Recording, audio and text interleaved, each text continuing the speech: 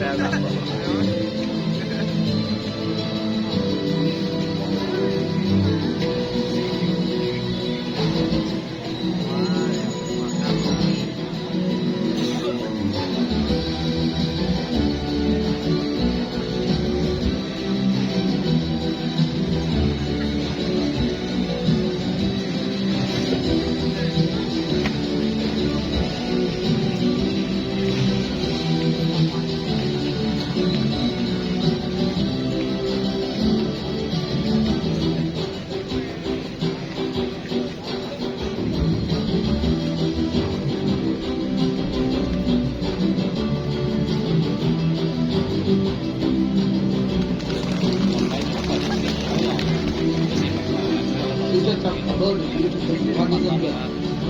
Lò sao là lớn chứ đâu ở lò của cái lò nó hiện cho trong cái còn các lò kia.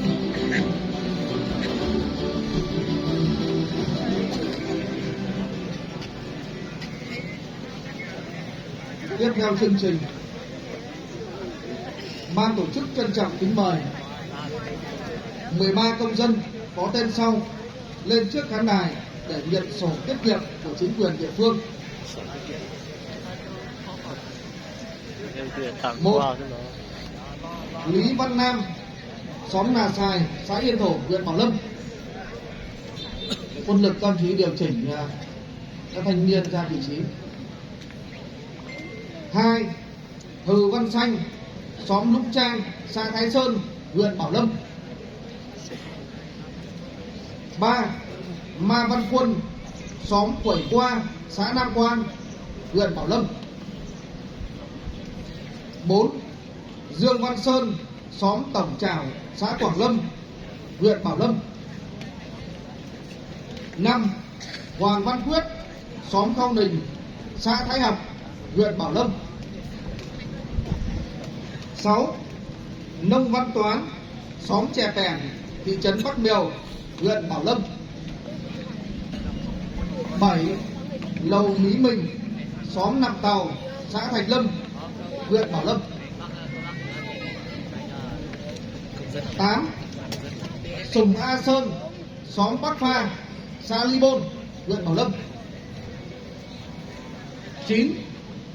Lương Văn Khoáy, xóm Chè Lì Ga, xã Đức Hành, huyện Bảo Lâm. 10.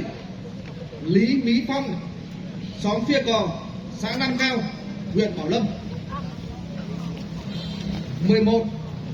Hoàng A Hải, xóm Nà Bon, xã Mông Vân, huyện Bảo Lâm. 12. Hầu A Hải, xóm Lũng Trang, xã Vĩnh Phong, huyện Bảo Lâm. 13. Lý Toàn Này, xóm Nà Lầu, xã Vĩnh Quang, huyện Bảo Lâm.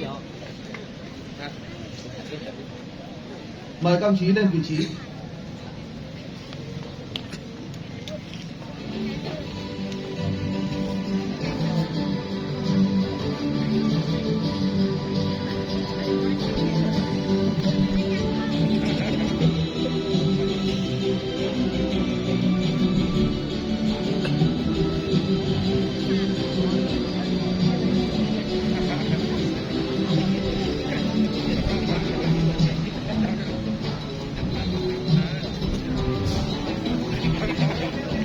Ban tổ chức trân trọng kính mời đồng chí Đoàn Trọng Hùng, tỉnh ủy viên, bí thư huyện ủy, bí thư đảng ủy quân sự huyện, đồng chí Mã Gia Hánh, chủ tịch Ủy ban nhân dân huyện, chủ tịch hội đồng nghĩa vụ quân sự huyện lên trao sổ tiết kiệm cho các thanh niên.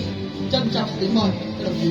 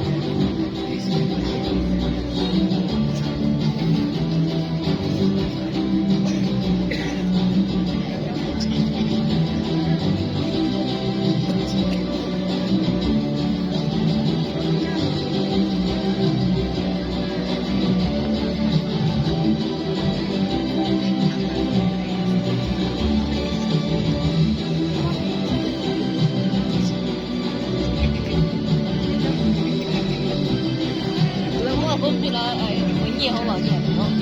Cảm ơn thầy.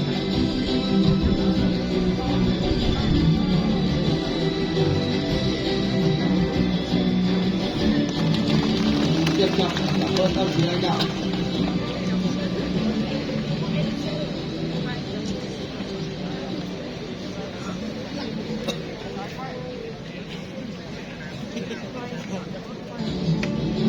Vâng.